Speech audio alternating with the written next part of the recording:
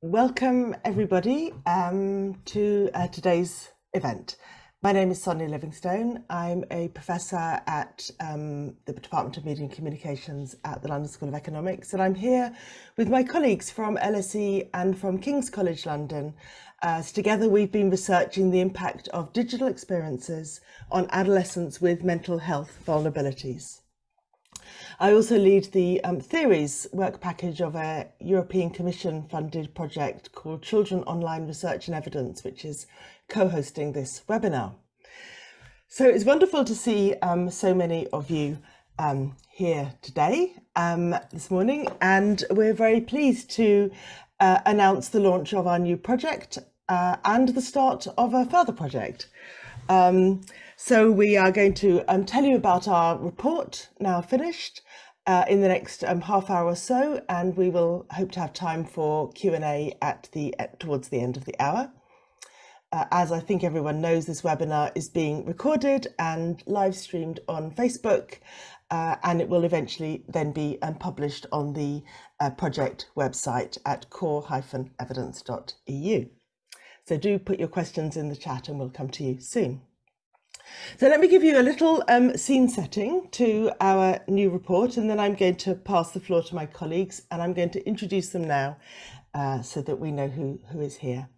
So once I've given my brief intro, we'll hear from Maria Stoilova, who is a postdoctoral researcher at the Department of Media and Communications at LSE.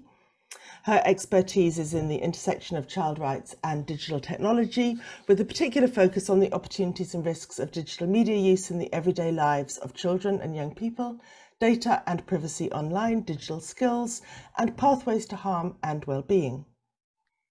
We'll hear next from Chris Edwards, who investigates the experiences of young people through qualitative methods, focusing on digital technology use with vulnerable adolescents.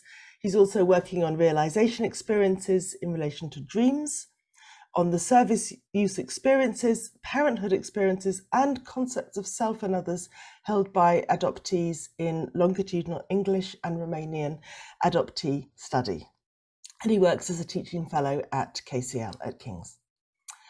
Kasia Kostirka-Altron is a developmental psychologist and a research fellow based in the Department of Child and Adolescent Psychiatry at King's College London. She's interested in developing a better understanding of the risks and opportunities associated with growing up in a digital world, and especially in understanding how digital technologies can be used to provide psychological support for families and how digital engagement intersects with children and adolescents' well-being and mental health. These are the speakers today. We're also working together with Edmund Sanuga-Bark, who is a professor of developmental psychology, psychiatry and neuroscience, who is, I believe, here also on the call.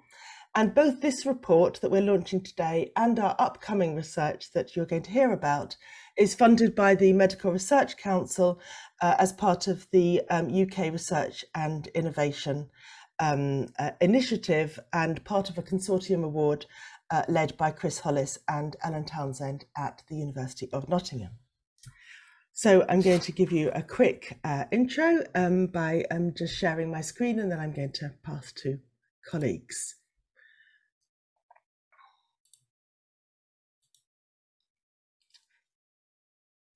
I'm hoping that I've shared the correct screen. Yes, I have. Good, thank you. But now I cannot see what I'm sharing. Oh yes, good. So the context. So I think there is a sense of urgency today of a mental health crisis among adolescents, exacerbated by the COVID-19 pandemic, but definitely preceding it. There was such discussion long before. What's of particular interest to us is the sense of a link often made by people experiencing mental health difficulties, by the media, by politicians, by a whole range of stakeholders, a sense of a link between the rise in rates of mental health problems and young people's increasing use of the internet. But there's a lot of debate about the evidence. And from my point of view, I have especially wanted to kind of unpack the black box of the internet, if you like, to understand beyond screen use, beyond staring at a phone, the types of digital engagement and how that relates in a more kind of nuanced and contextualized way with the mental health conditions that adolescents are facing. So we've kind of phrased our report as the need to understand the nature of digital engagement and its relationship to mental health in adolescence. And in our work, we're particularly focusing on those who are already vulnerable, who have pre-existing mental health problems, as they are, in a way, a kind of under-researched group and a group whose digital engagement seems particularly urgent to explore. So our study, it's been a pilot study as part of a larger project which is upcoming, which Cassie is going to talk about, on the dynamic interplay of online risk and resilience in adolescence. So our research questions have been, I think, three. These are questions I hear very often in public discussion, and we wanted to see what is the available evidence that can help us answer these. So, can adolescents' internet use increase the risk of eating disorders, self-harm, and overall poor mental health? But conversely, can internet use support adolescents' mental health, whether by placing kind of barriers on the pathway to harm or by introducing online help? And which aspects of the internet matter?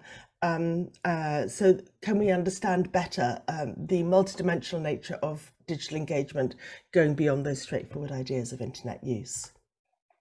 We've completed a mixed method study. We began with a scoping review of the evidence, searching many databases for all kinds of peer-reviewed quality articles, research publications in the last 10 years.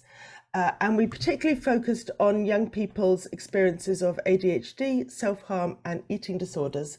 Though our report focuses on self-harm and eating disorders, we discovered the literature on ADHD is actually huge and requires a separate study in its own right, and we hope that we or others will have capacity to take that on soon. Of the many studies that are available, and it was very important to us to kind of recognise the volume of research and then to focus in on the quality research, we analysed 113 studies in detail in our scoping report. And I emphasise that point because very often in the media there's a sense that whatever is the latest study might somehow sway the political decisions that are made about mental health support or resources, and indeed also about internet governance, a very topical issue of the moment. We wanted to see the studies in the round. We've in parallel conducted empirical research with young people and experts. Chris Edwards is going to talk about the focus groups that we did. This was, as I said, pilot research. So we did 3 focus groups with young people and 1 with clinicians. And we also interviewed a number of experts, and it may be that some of you are here in the Zoom room today, so I hope that you will find our results insightful. And with that, I'm going to pass the floor to Maria, and I will continue doing the slides for her. So, thank you, Sonia. So I'm going to talk to you about the findings of the evidence review that we did. And one of the important points related to it is that adolescents with mental health problems engage in online environment in some specific ways. So there's generally a concern that children go online and then they're exposed to some harmful content, which then creates mental health problems. We actually found that this is not the case. Children who engage with mental health content online tend to have already some mental health difficulties, and therefore they're more likely to access such content. For example, forums or blogs that are related to eating, weight or body image or self-comparison issues tend to be faced and engaged with by children who already have some eating disorder experience. Also, children who engage with this content tend to also have more friends who have similar issues. The same applies to self-harm. There's more exposure is related to more self-harm practices. So the seeking of this content and contact online tends to be intentional rather than random coming across harmful content, which adults tend to assume and worry about. We also found that there's considerable similarity between the digital engagement amongst adolescents with self-harm and eating disorders. And this is important to keep in mind, but also keep as an open question, because there is very little robust research which compares the two conditions, or very little attempt to actually unpack the different mental health conditions. So we think this might be potentially because there's very little work on this. But also because some of the practices might be similar. For example, the reasons for participating in an online community in the positive and negative effects were similar between the two groups that we reviewed the evidence on. We also found that adolescents with mental health problems tend to go online for help. So the internet is providing them with important opportunities to seek support from others, but also to receive support from people who are dealing with the same issues online, rather than going to peers around them who have not experienced these kind of mental health difficulties. The online communities provide information and help them seek support from a friendly community, and including professionals sometimes trying to find support. So the online environment offers this kind of valuable support to adolescents who might otherwise have nowhere else to turn, or who struggle to receive help somewhere else. So adolescents may favor using digital technologies for professional support, the evidence suggests. For example, experiences of anxiety, depression, or problems with eating were found to be 3 times more likely to be linked to mental health app use in adolescents.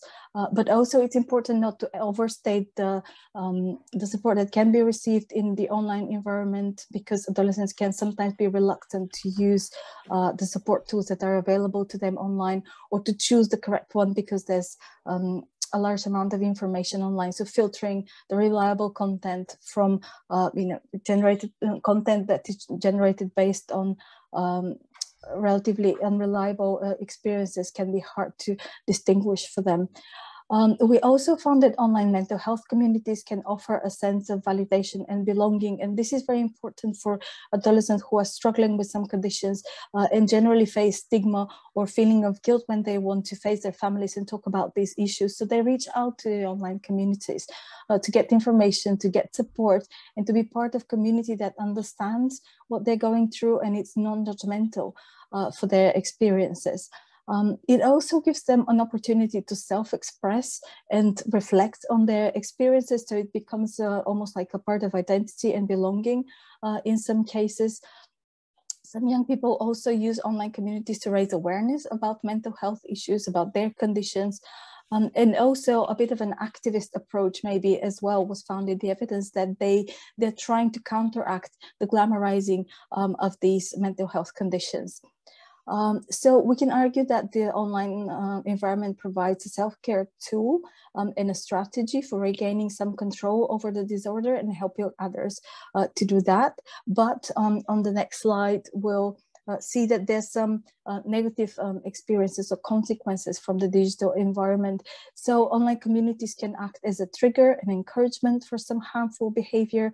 This is what the evidence suggests. And the negative effects relate to behavior imitation, for example, to enhance compulsion, to being competitive in a risky practices with others, to becoming identified with the disorder, and that provokes longer duration and more severity of the disorder in some cases. So we see that the evidence suggests that adolescents can feel encouraged to continue either directly with their mental health disorder, or indirectly by witnessing such encouragement towards others. The evidence also suggests that excessive internet use is a risk factor for mental health problems. So this has been hugely discussed in the literature, whether screen time creates more online risks. And we know that it's not a straightforward relationship, that more time online doesn't necessarily mean that young people are facing more risks online, but excessive internet use is something different. So it's not the exposure to the online content per se, but it's the excessiveness of it. It's the lack of control, and it's the compulsive behavior that actually brings the association with mental health problems rather than the time they spent online. And I want to be really clear about this, because there's been a lot of discussion and there's been a lot of confusion about screen time as well. So we've seen in the evidence that the digital affordances can also undermine mental health of adolescents. So for example, things like algorithms can promote more extreme content, which can make potentially harmful content more easily accessible for young people. And once adolescents come across this content or start engaging with this, it tends to follow them around, because the algorithm keeps suggesting similar contents or accounts and so on. And also there's the issue with mainstreaming harmful mental health content in social media accounts, for example, which become very popular and draw a lot of followers online. So poor mental health is associated with exposure to other online risks. For example, there's an association with hurtful behavior, malicious texting. Just to give an example, self-harm, for example, is associated with cyberbullying, but interestingly associated with cyberbullying for both perpetrators, victims, and victim perpetrators. So that's interesting in relation to the risk culture more generally. It's also associated with offline vulnerabilities. So to understand how children engage with the online world, we also need to understand that a lot of the triggers or a lot of the reasons for their mental health problems come from their offline worlds, and they're just transferred to the online. So these vulnerabilities play a role. And a last point to finish off, the effects on adolescents with eating disorders seem to be mediating by internalizing norms. So this is one of the points where there's a difference between the self-harm and eating disorders. So the exposure to self-harm content is more straightforwardly associated with poor mental health, but with eating disorders, that's not the case. So when you're seeing this kind of content, it doesn't necessarily mean that you'll be exposed more to the practices. And the mediating factor here is the internalization of these norms. So what we can call thinspiration or fitspiration. So when children are internalizing these unhealthy beauty standards, this is where the exposure to eating disorder becomes more prominent. So it's not just exposure to the material itself, but when they start thinking that this is what a good body or a healthy body looks like when we see the negative effects. So there's lots of challenges related to these findings, and I hope that we'll get to those in the discussion. But now I'm going to pass to my colleagues who's going to talk to you about what we actually heard from young people themselves. Brilliant. Thank you so much, Maria. And Chris, I believe, is going to share his slides. And so over to you, Chris. Yeah. Hi, thank you.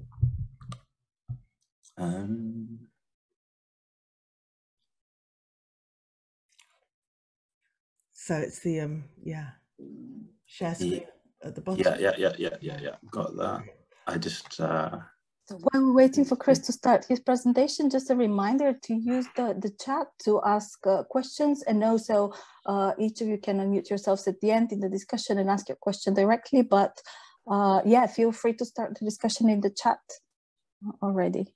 Thank you, Chris. The floor is yours. Excellent. Can I ask, is this visible? Well, yes, but if you could just put it into slideshow mode. Yeah. So what's going to happen is I'm going to cross-reference quotes and other texts, so it'd be easier if I do it like this. Is this okay with everyone? Yeah, that's fine. Excellent. So with the focus groups, we had 4 categories of questions. These were attitudes to adolescents' use of digital technology, digital technology use. Yeah, sorry, I can't. Yeah. digital technology and adolescents' response to the COVID-19 lockdown, the relationship between digital technology and mental health disorder, and the fourth category was digital technology use during the COVID-19 lockdown. So across the focus groups with young people, there were indeed common themes. The first I'll introduce is that adolescents may learn from their peers' harmful coping mechanisms. As an exemplar, quote, "The problems are like entire communities online where, if you like, not in a very good headspace, it is easy to like gravitate towards like mental health communities, some of which are super supportive, others can be just super triggering." So we see here an emphasis that that individuals can learn from others. That's not actually the best quote for it, but we can see there's a nuance here between negative aspects, but also positive aspects. Some communities can be super supporting, which leads me into my next theme, which is online communities offer a unique connection for adolescents who struggle with their mental health. So to quote, "A big thing for some adolescents is using technology to make relationships with people with whom they share interests with in situations in which their current environment lacks people who have those interests." So these are some exemplars from common themes. Moving on to the focus group on ADHD, it was emphasized by the young people that digital technology use can really facilitate organization. For example, young people were very keen to emphasize that calendar apps, alert apps, apps to facilitate concentration were very useful indeed. On the negative side, young people with ADHD were keen to emphasize that there's an issue with sometimes feeling vulnerable after posting on social media impulsively. For example, one young person said, "With a lot of people with ADHD, they'll share things without considering what they're sharing." So kind of like we don't have that filter where it tells you to hang on a minute, is this going to offend anyone? Is this going to upset people? It was also mentioned in the context of the lockdown difficulties with learning that there can be struggles with maintaining focus when unable to see speakers, lecturers, teachers, for example. I think it's actually very important for them to see the people they're talking to, and you can read facial expressions and their body language. So with the focus group on self-harm, it was emphasized that there is a danger of learning new harmful techniques through social media. If you are interested in this particular activity, you'll go online and look for people who can relate to you, or look for tips on the new activity. Adolescents, it was emphasized, can be exposed to triggering web content. As an exemplar quote, "I feel that people who have a history of self-harm, anxiety, or depression are more likely to be triggered by things that they see on social media. It just kind of impacts people to a different extent." A third theme was that self-harming in response to online posts can romanticize or attempt to normalize self-harm. And so there was references to certain community discussions on certain platforms which seem to romanticize self-harm activity, or some self-harm activities. In the focus group on eating disorders, a prominent theme was highly curated and glamorized online self-representation can be harmful. As an exemplar quote, "People don't teach you that it's not real. I hadn't known like how heavily edited the pictures were." As another example, you follow them or see their pictures. You don't think that, oh, it's them in a certain angle or in a certain light. You just compare yourself to them. So we can see there that vulnerability to self, other negative comparisons and perfectionism was a key risk. As another exemplar quote here, it can make it people can develop or have higher expectations or become perfectionist. To conclude, we had a focus group with clinicians, and clinicians were very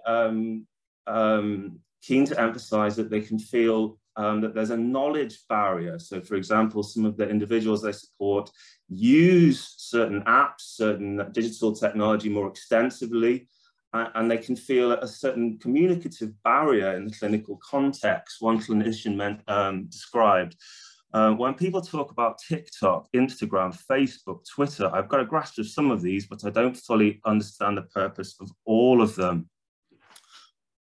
On this same theme, another clinician expanded. All of this kind of encouragement of using digital technology and connecting with people, I think it's maybe what feels quite nerve-wracking as a clinician at the moment.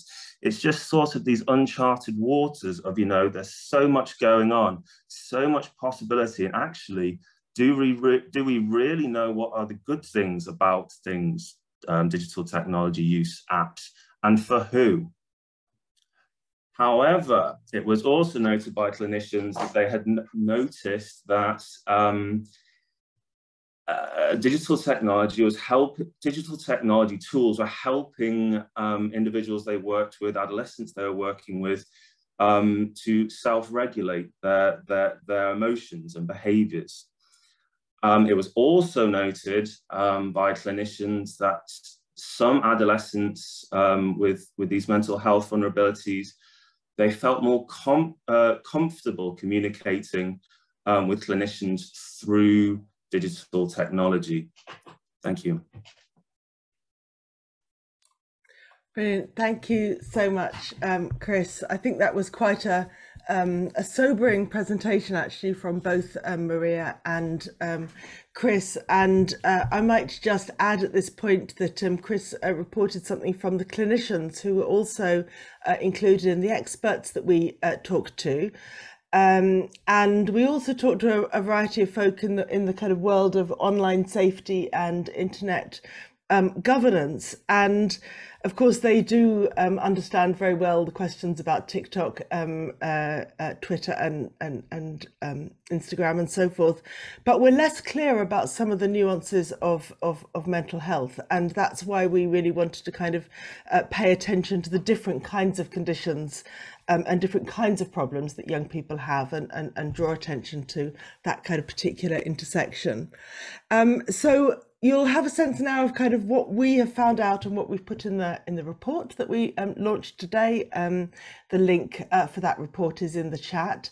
And I'm now going to turn over to Cassia, who's going to tell us where our particular team is going next. And we will look forward also afterwards to hearing what other research others are doing and think should be done. But Cassia, over to you. Thank you. Thank you very much. Good morning, everyone. I am delighted to have the job of introducing our new study, DIORA, which stands for Dynamic Interplay of Online Risk and Resilience in Adolescents. So this is a new joint project between LSE and King's College London, brilliantly led by Professor Edmund Sunuga-Bark at King's College London and Professor Sonia Livingstone at LSE, also working together with Maria. And it's a part of a larger program of research on adolescent mental health and development in the digital world that is led from the University of Nottingham by Professors Chris Hollis and Professor Ellen Townsend, and is funded by the Medical Research Council. So you may be asking yourself a question: why do we need this study? Our scoping review identified such a vast number of papers on this topic. But prior research, including our own project summarized by Maria and Chris, did not provide very clear conclusions about what digital engagement means for adolescent mental health. So on the one hand, as we have heard this morning, it provides unprecedented opportunities for promoting good mental health, for strengthening relationships, for making new social connections, and also for enhancing young people's learning. However, on the other hand, digital engagement can be problematic, risky, and harmful. What also we found from this literature, it seems like it tended to adopt a generic and non-developmental approach, as if all individuals are equally affected. However, it is very reasonable to assume that some young people will be affected more than others by digital engagement. So we need to adopt a more nuanced approach that allows for developmental complexities. Also, much of this literature tended to adopt a cross-sectional correlational design, which does not allow us to make causal inferences and understand more about what are the processes responsible for the associations that we can observe. What tended to happen is this research took a snapshot of digital engagement, took a snapshot of mental health, but it does not allow us to understand what are the processes that might underpin what we can see.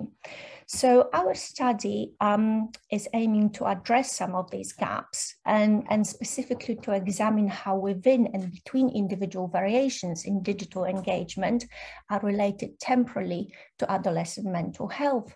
And specifically, we will examine how within individual changes in digital use, such as type, intensity, duration, so moving away from this screen time, how they relate to fluctuations in mental health and in young people's mood. And also we will examine how patterns vary as a function of pre-existing risk. And I will come on to a little bit later about what kind of risks we will be looking at. So what are the aims of our project? We aim to provide a detailed account of the role of digital engagement during adolescence, which is such a critical developmental period. We are looking to explore how digital engagement changes relate to mood, daily stressors, and mental health fluctuations. We are looking to identify how these relations vary as a function of specific digital engagement characteristics. And we are going to test whether these are moderated by the presence of pre-existing risk, such as history of eating disorders and self-harm. And a few more words about this study. So we are looking to recruit a group of adolescents who have history of self-harm, history of eating disorders, and also a group of young people who are developing without those difficulties. Our project will adopt an intensive longitudinal design. Each adolescent will remain in the study for about 6 months. And during this time, we will take repeated measurements we will use ecological momentary assessment to measure fluctuations in mood and digital engagement, as I said, such as amount, type, intensity, and content of use. This will be collected digitally using in people's natural environment using digital methods in real time. And we will supplement this by questionnaires and brief remote interviews. So just to show you an example what the planned design might look like. So as I said, there will be 3 groups of adolescents and each adolescent will provide, so the plan is to provide 3 intense kind of periods of data collection that will last 14 days, during which we will capture changes in mood and digital engagement. And in between those 3 periods, we will collect information using questionnaires and interviews. This is a very ambitious project, and this is a plan which will be subject to intensive piloting and testing in the first year of the project. So this is all from me. Please stay tuned for the results. And I will hand back to Sonia. Lovely. Thank you very much, Cassia, and everybody. So now I think we're in good time to turn over the floor to those who have questions. I know this is, I can see a very expert and interesting audience here in the names in front of me. So please feel free to answer questions in the chat, or in fact, I think you can raise your hand and I will see you on the screen and I can draw you in. And while everyone's thinking, I don't know if there was a conversation in the chat about the nature of excessive use.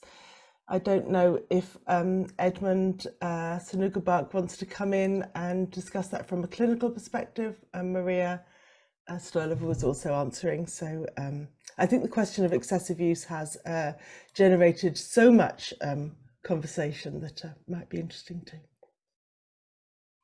delve into that. Yeah, Edmund, please. Thanks, Sonia. Hi. Great talks, by the way, everybody. Brilliant. Just got all excited about the project all over again. So this is a little, Mark Tibber raised the question, could you clarify what you mean by excessive use? Which I think is a great question. And of course, from a clinical perspective, you're not looking at any absolute number. Clearly, it depends on the individual, and you tend to look at it in terms of its impact, judging whether it's excessive. So there is a risk it becomes a bit circular, that is true. But from a clinical perspective, obviously, you're thinking of a level of use that impacts or interferes with daily functioning to a significant degree. Having said that, of course, that sort of clinical definition doesn't take account of the fact that a lot of daily functioning happens online nowadays. So that is also another complication. And also the issue of distress and obviously morbidity from a clinical perspective. So that impacts on people's well-being and creates distress. So that's one sort of narrative around excessive use, I guess, from a clinical perspective. The other is the concept of addiction. So the fact that you can't regulate or control your level of use and you feel a kind of overwhelming urge to keep engaging becomes a good, it's not so much excessive as much as the nature of the usage, I suppose. And I guess we will be looking at those things in the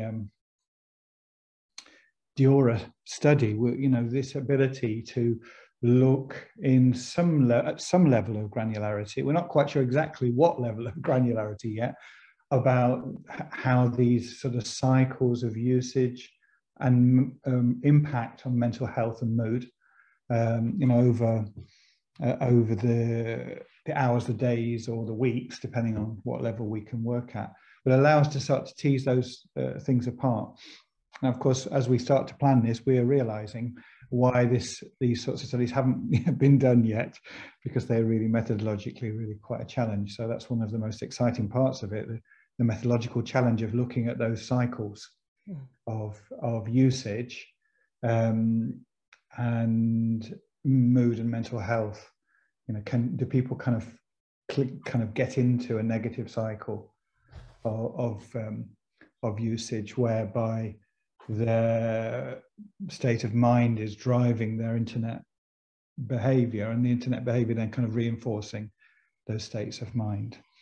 Yeah, is that helpful? Excellent, thank you very much, Edmund. And what I really like about this conversation, also looking at the issues in the chat, is that kind of nuanced focus on the particular mental health difficulties that young people have, and the kind of detail of how they might engage with the internet. And really, to me, this all points to the importance of getting beyond those kind of bland measures of screen time that don't really tell us anything. There are some interesting questions in the chat, and I encourage more. I can see that they are beginning to come in. Maybe I can direct the one from Carl Draper to Maria, who's just recently reviewed lots of evidence also on teaching people digital and media literacy skills. I don't know, Carl, if you want to ask your question directly, or if I shall just read it out. But the question is essentially about research on the relation between digital media literacy and young people's relationship with and mental health difficulties. And I'm actually curious, Maria, whether your review surfaced anything along those lines.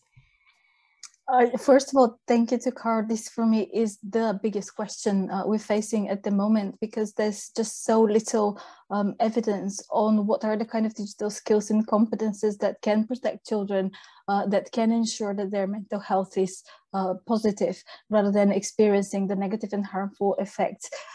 We know when it comes to general outcomes, we are currently actually working on a large European project, which is going to have surveys in several countries across Europe, and looking at digital skills and the effects of digital skills on generally mental health. So we did an evidence review for that project, and what we found there is that technical skills on their own, so when children know how to operate their mobile phones, for example, don't necessarily are linked to positive outcomes.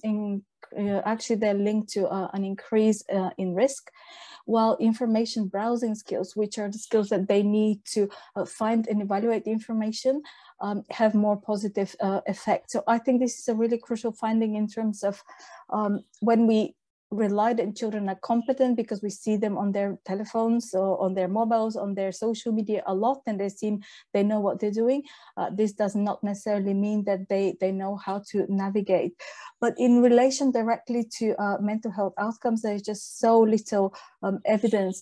And some of it points that when children have better digital skills, they might actually be better at hiding in plain sight, finding more harmful material online. So we really need more evidence to unpack that. And luckily, Sonia and I are working on a project and recruiting actually young people to talk to us about their experiences at the moment, which is looking at exactly that. What are the digital skills that will actually help young people navigate the environment in a way that is beneficial to them? One of the things which seems to be a bit of a broader skill rather than directly linked to media literacy is the ability to control their behavior, the ability to recognize when something is harmful to them online. So for example, the ability to recognize when an online community from helpful is becoming toxic for them. But that is not necessarily a skill that is linked to the digital. But we definitely need to know more. And if any of you colleagues have worked on this, please share. Now would be the best moment to talk about this. I'm really keen. Thank you, Maria.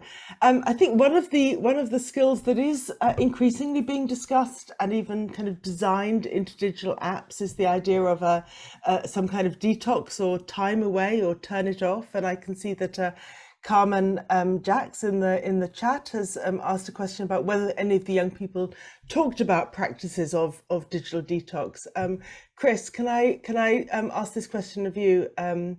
And I don't know if the young people, what kind of coping, or maybe more generally, what kind of coping strategies they did talk about, whether that includes detox or not. So what I would say is that the young people were very keen to emphasize that the benefits of digital technology engagement were often overlooked in the debate. So generally or overall, they weren't keen to suggest detoxes because there were advantages for engagement with some aspects of the digital world for many aspects of their experience. So the total detox wasn't something that came up. It was more perhaps reducing some of the time that they spend online. For example, some of the individuals in the ADHD focus group described how hours could be lost online, and they wouldn't really realize that the hours were being lost. So it's more reducing use rather than a stop across the discussions. Exactly. I think this is one of the hardest things to deal with in relation to the digital engagement in the online world, is that it offers both support and a source of problems, pathways to harm and to benefit, as we've thought of it. Edmund, I see your Sonia, hand. just before you go on, maybe a remark. I'm not sure whether we made this clear in the presentation, but the actual fieldwork that we did was during COVID and lockdown. So the digital was the only way of communicating at the time. So maybe that's why the idea of the digital detox wasn't very popular amongst this group, because of this time when we did the research. Yeah, just wanted to make this clear. Right. Right, absolutely. Though, well, I don't know if we're moving beyond COVID and lockdowns as yet, perhaps not, but clearly there is a lot of speculation about what young people's mental health will be going forward, and what are the what kind of solutions. Again, the digital environment makes things worse, makes things better. It's trying to kind of get beyond that to figuring out what are the factors along the way that we can manage. That is really, I think, the critical research question. Edmund, were you going to come in on that point? Yeah. No, I just had a thought. Could be a brainwave or just a stupid idea, but I thought, why don't we think about implementing the digital detox in an experimental way within our study? That could be really interesting. You know, so you randomize to digital detox versus non-detox, you know, within the longitudinal study. That actually, first of all, it would address, can people do it? And secondly, we could look at its impact. Okay. Well, we can something to think about anyway. Maybe it's just a silly idea, I don't know. I don't know. I think we are designing this study. Well, we begin, yes, any minute now. So it's a good moment to collect all the great ideas, as we've said. I have a question. I'm going to direct Sangeet's question, I think, to Cassia. So Sangeet Buller has talked about the different kinds of offline vulnerability, and Sangeet, she asks for Diora, what kind of family background factors, what kind of past trauma or mental health measures might we be able to incorporate in the study, and what do you think they might tell us? Thank you. I think that's a really great question, and there is a scope for considering a lot of these factors in our study. As I did mention, we will be testing, we will be piloting, we'll be developing. But the idea is, by capturing those daily reports of mood and of other things that are happening in young people's lives, is actually to get a glimpse of how, well, to get an understanding of how those offline factors kind of interact with the digital use. So definitely, I think definitely things that will happening kind of in parallel in young people's lives, but also I think it's a good idea to consider what might have happened before, such as past trauma or their family circumstances. So very good ideas. Thank you very much. Thank you. So I see a question from Carol about the particular sites that young people are accessing for in relation to eating disorders and self-harm. And I know when we were doing the scoping study, I'm going to come to, I think, Maria and Chris on this question. When we were doing the scoping study, really we found two kinds of literature, and one was very much kind of working with the young people, trying to understand their digital engagement. But the other was kind of, as it were, going into a deep dive into the culture of the internet and doing kind of ethnographic or observational studies of some of those online communities around eating disorders and self-harm. And Maria, do you want to give us a sense of what some of those studies showed? And then I might ask Chris if he saw young people talking about particular sites, and whether those are niche sites or, as it were, developing on Instagram, on Twitter, around the young people concerned. Yes.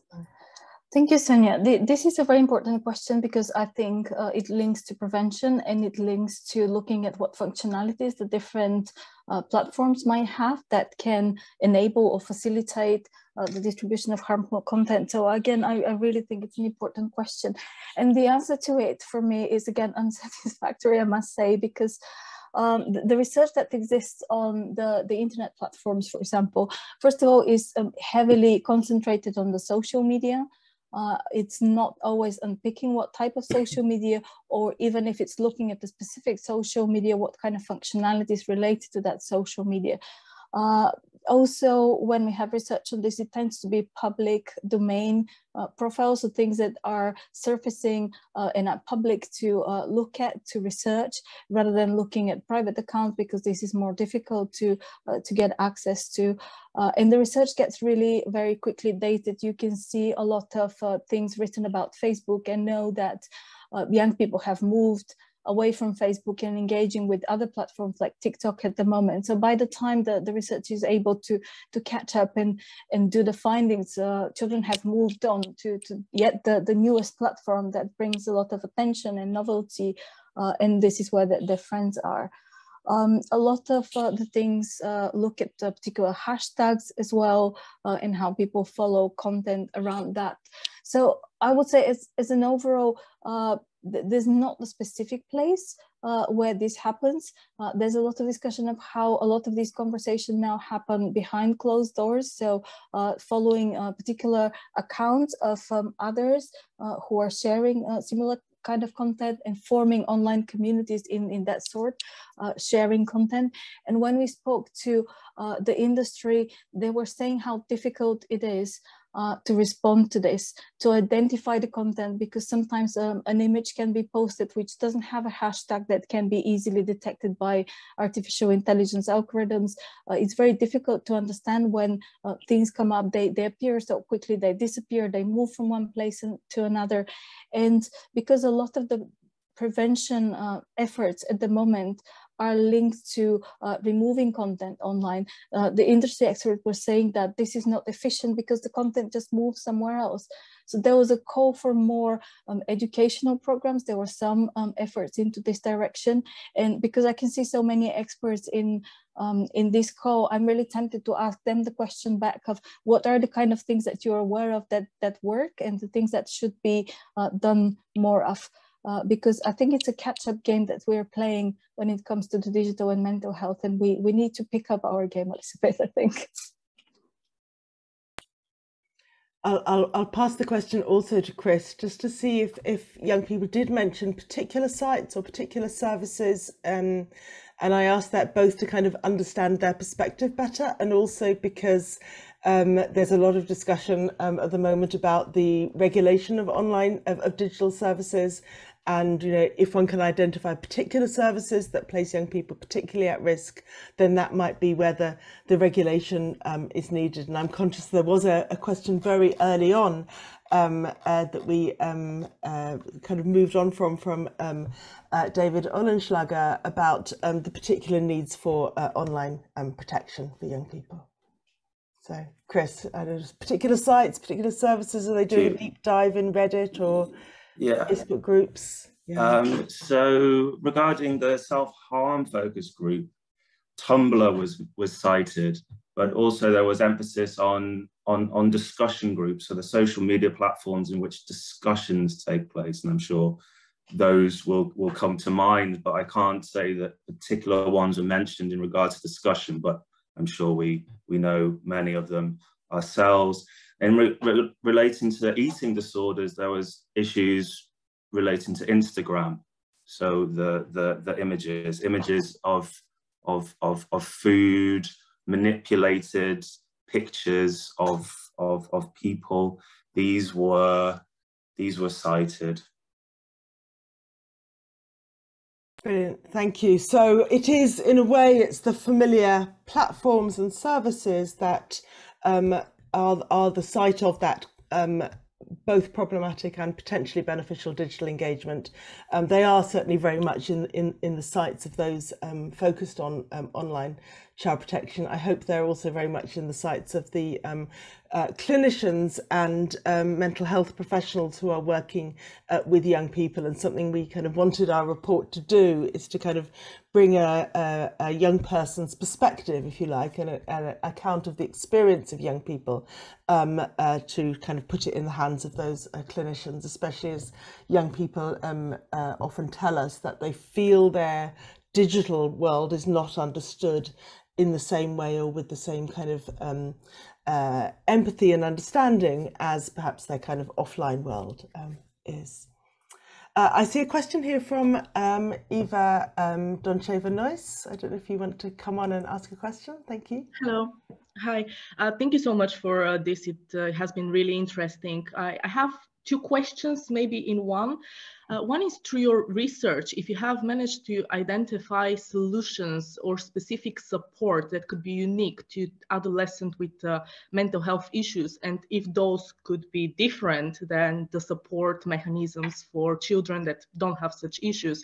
And this is both offline and online. For example, if there is a specific support that, for example, platforms can develop for these children.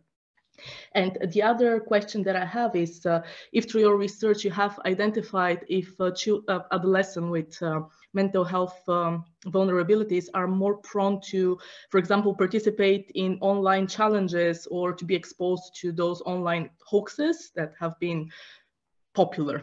Thank you. Thank you very much. And I've just caught sight of the time, so I'm going to make that the last question, and with apologies to those who've asked others. But it's a great question. Yes, what is specifically needed? Maybe each of the three of you would like to leave us with a kind of a recommendation. What could make things better? Who would like to go first? Maybe Maria. Mm-hmm. Thank you. In the report, we discussed that a lot of the efforts are currently focusing on moderation of content, which is, well, not easy to do, but easier in some ways to implement. That's usually based on users flagging and reporting content, so it's very retrospective and it's not very efficient. Some of the newer models of addressing the issue is using artificial intelligence to capture things in a slightly faster fashion. And in my view, some of the best approaches that people discuss with us are the educational ones, when we talk to young people about the benefits and the harms and the way that digital environment can be transformed to bring them more benefits than harmful effects. There's currently no evidence on the effectiveness of these measures. The different companies are trying to implement them in different ways, but they are still looking to see what the effect is. But there's definitely engagement with when an online resource is provided via the platforms. Young people tend to engage with this. But my recommendation would be that we need a combined effort from policy, from regulation, from industry, from educators, from mental health professionals who themselves and young people were saying that don't engage enough with the digital aspects of the experience. So we do need to join effort, because it's a very complicated and complex problem, an issue that has to be addressed by multiple stakeholders. Thank you, Maria. It is indeed a complex problem. Chris, Cassia, would you like Cassia, please? I think I'm going to jump on. So I think what's really exciting for me in terms of my work is that digital tools offer a fantastic opportunity to provide support for young people. It can, using native apps or platforms to deliver interventions for young people, provides a fantastic low-cost solution that can reach young people very quickly and can overcome some of the physical barriers that are inherent to traditional interventions. So I think the opportunities are endless, and we just have to find out how to maximize them and use to the benefit of young people, both who have mental health difficulties, but also young people who are developing typically, how to support them. Thank so you. I think more of a positive note. Brilliant, thank you. Yes. Chris, a last word? Thank you. Yes. So going back to the perspectives of the young people, I would say that the information distribution is really, really important. So the information that some images might not be authentic, for example, was emphasized, or the need to communicate that to adolescents that may have issues with eating disorders, emphasized in the focus group, but also in the self-harm, the focus group on self-harm, the discussion itself was really appreciated. So a chance to discuss the the difficulties that are experienced was considered really, really important. And participants, many of them really appreciated the opportunity of taking part in the focus group. I would also say very briefly that there have been some apps that have been emphasized, well, it's been described as being extremely beneficial in the focus group on self-harm, calm harm, in which individuals could write how long. There was an app in which one could perhaps see for oneself how long one had gone without harming. For those adolescents with ADHD, there was a discussion, I can't remember the name, of an app which facilitates concentration. So for example, a tree will grow on a screen whilst one engages with a certain task. Somebody found that very, very helpful. So there are really helpful apps out there. So I'll conclude with that. Brilliant. And the deeper point also that if we listen to the young people, we'll understand their experience and tailor better solutions.